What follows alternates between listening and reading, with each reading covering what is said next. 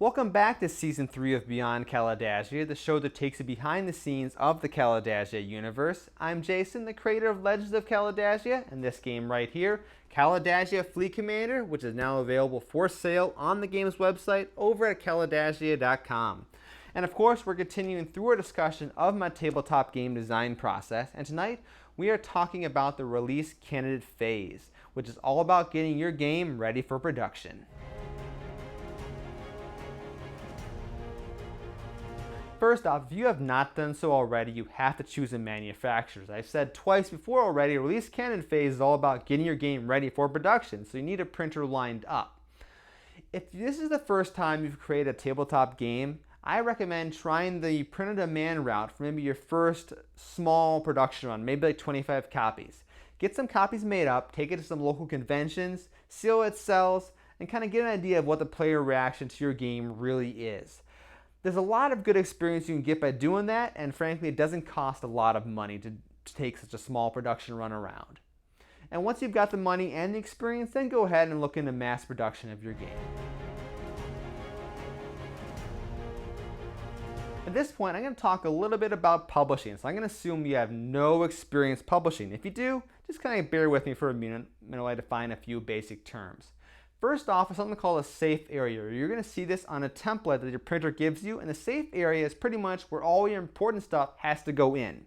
The reason for that is there's something called registration and registration error. Due to a lot of mechanical things, pretty much the die cut machine that cuts out all the pieces won't cut out the template exactly as it is. It may be off to the right a little bit, off to the left, up, down, kind of not exactly where it's supposed to cut out. So the safe area is pretty much the area that's guaranteed to not get accidentally cut out because of some kind of registration error in the die cut machine cutting off things a little bit incorrectly. Related to this, something called full bleed. This refers to if your background image or background color is going to go up to the edge of whatever the component is, and because of registration error, what actually has to happen is your background image or color has to extend beyond the actual template size, and all this stuff will be in your printer's template and specs information about that. Now finally, before you send anything off to production, make sure you have a printed copy of it in your hands. The colors of something that's printed always looks different than what you see on the screen. There's a lot of reasons for that, but one big one being the fact that your computer monitor has a backlight, which makes colors look lighter than they will when they're printed out. Next up, I'm going to talk about playtesting for validation. Now in an ideal world, or if you're a really big company, you already have a group of playtesters at this point who have never played your game before, and what you do is you take your game, you give it to them, and you watch and see if they can figure it out. The problem is, if you're watching this, you're probably a small company, you don't have access to that kind of playtesting environment. So what I do is called playtesting for validation. I literally, when I'm in the release candidate phase, I play the game rule by rule from the rule book. I literally find each rule and I read it out loud to my opponent as we're playing it. And this is a way of, one, making sure everything that's supposed to be in there is actually in there, and two, as I read the rules aloud, it kind of lets them check to make sure they're interpreting things the same way I am, to make sure the rules actually say what they're supposed to say.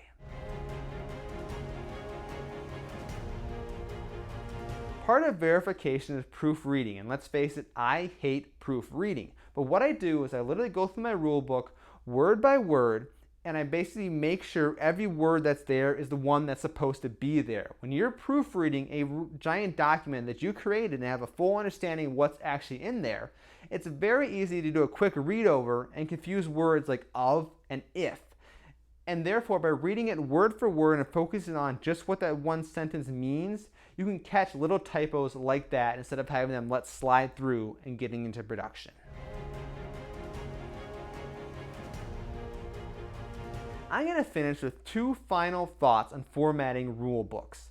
First off, for both Legends of Kalidasia and Fleet Commander, I use the OpenOffice/LibreOffice suite for formatting my rule book, and it blows for formatting rule books. The reason it's so bad is because, frankly, any word processor is bad at formatting this kind of document. It's not what they're designed to do. You can do it, I've done it, it's just not a very good experience. Image layout can be kind of screwy and can really mess with it, but if it's what you have to work with, it's what you have you can do. but you're not going to be able to get rulebooks that look quite as cool as what the major publishers can do. And to get background images across the page, it's kind of a little screwy in OpenOffice. But it can be done.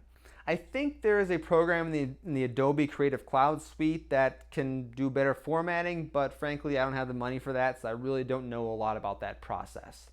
Now, one final thing that's an industry standard is involved setting up references to pages and images. Of course, you don't know where your final page count is going to lay out, so as you're writing your rules and you want to include a reference to another page, what you do is you write page XX or say image YY or something, and then once the rule book is finalized and you know where all the page numbers are, you go back and replace the XX and the YY with the proper numbers.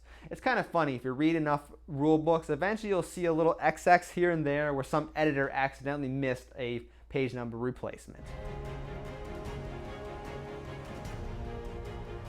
Well, there you go. That's it for this episode and for a little bit of a deeper look in the release candidate phase. If you have any questions for me, you can send me an email at kalidasiagames@gmail.com. If you want to learn more about the Kalidasia universe or pick up a copy of Kalidasia Fleet Commander, you can do so over at the game's website at kalidasia.com. Once again, I'm Jason. Thanks for watching.